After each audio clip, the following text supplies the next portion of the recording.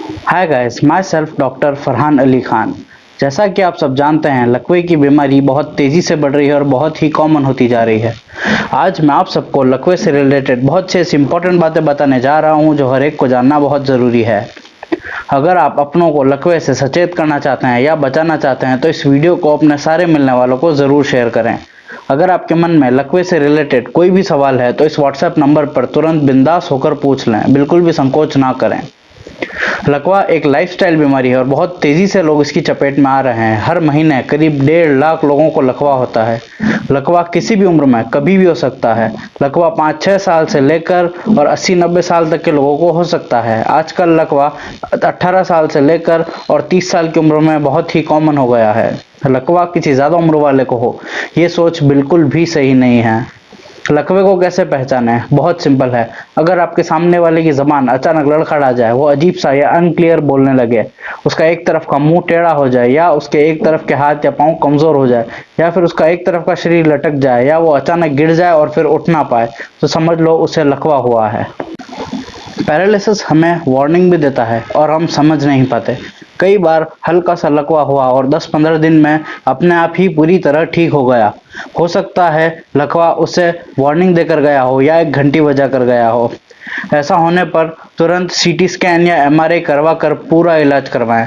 सिर्फ ऐसा करने से करीब 40% लोग भारी लकवे से बच सकते हैं। याद रखें, लापरवाही ना करें। ब्लड प्रेशर और शुगर की दवाएं लेने में लापरवाही आपको बहुत भारी पड़ सकती है। अगर डॉक्टर ने आपको ब्लड प्रेशर की या शुगर की दवाएं प्रिस्क्राइब कर रखी है तो उन्हें बराबर लेते रहें। उन्हें बंद करने की गलती कभी ना करें। कई बार चेक करवाने पर हमारा ब्लड प्रेशर या शुगर नॉर्मल आता है, जो कि इन्हीं दवाओं की वजह से कंट्रोल में है, और लोग सोचते हैं हम ठीक हो गए हैं और वो दवाई बंद कर देते हैं। ये गलती उनको बहुत भारी पड़ती है और लकवा हो जाता है। डॉक्टर की राय का हमेशा पूरा ध्यान रखें और दवाई बंद ना करें। लकवे की वजह से पूरे परिवार के हालात निराशाजनक हो जाते हैं। लकवे के कई पेशेंट्स पार्शियली हैंडीकैप हो जाते हैं, पर वो अपना छोटा मोटा काम कर सकते हैं, चल फिर सकते हैं। पर कुछ पेशेंट्स कंप्लीटली हैंडीकैप हो जाते हैं और वो कुछ भी नहीं कर सकते हैं।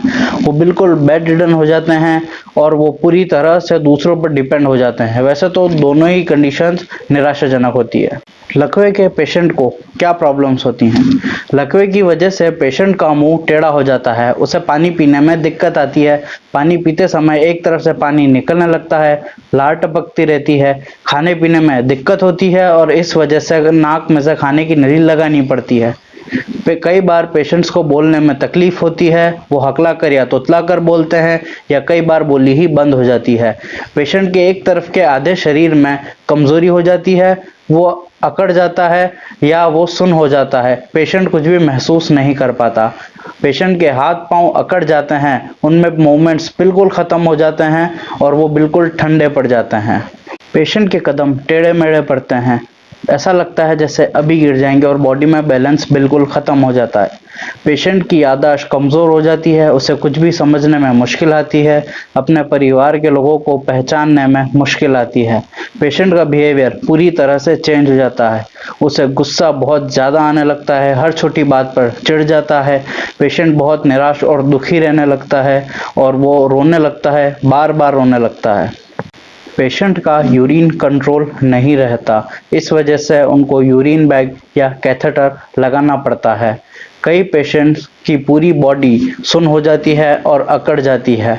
वो इसी तरह सालों तक बेड रिडन रहते हैं और वो कोई भी काम नहीं कर पाते। कभी कभी पैरालिसिस के पेशेंट्स को मिर्गी या एपिलेप्सी का दौरा भी पड़ जाता है।